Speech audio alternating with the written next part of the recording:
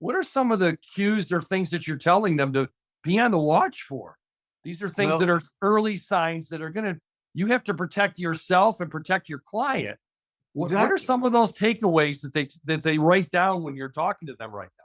Well, you're looking for any type of behavior that interferes with everyday living.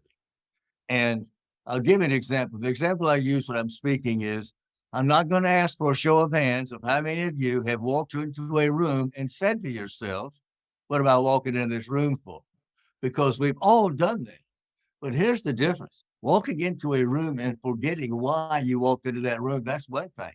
Walking into a room and not knowing it's a room or where you are. You see, that is impairment that interferes with everyday living, and that is what needs to be checked. So that's really what you're looking for. And Wow. and the early warning signs are going to be, I think everybody needs to understand that everybody that has Alzheimer's or any form of dementia, their disability is going to be short-term memory loss.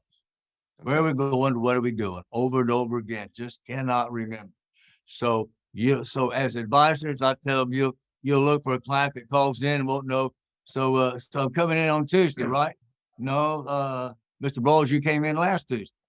You've already been in. Oh, okay. So you're looking for things like that, and they having trouble understanding what you're saying, um, and confused about the money.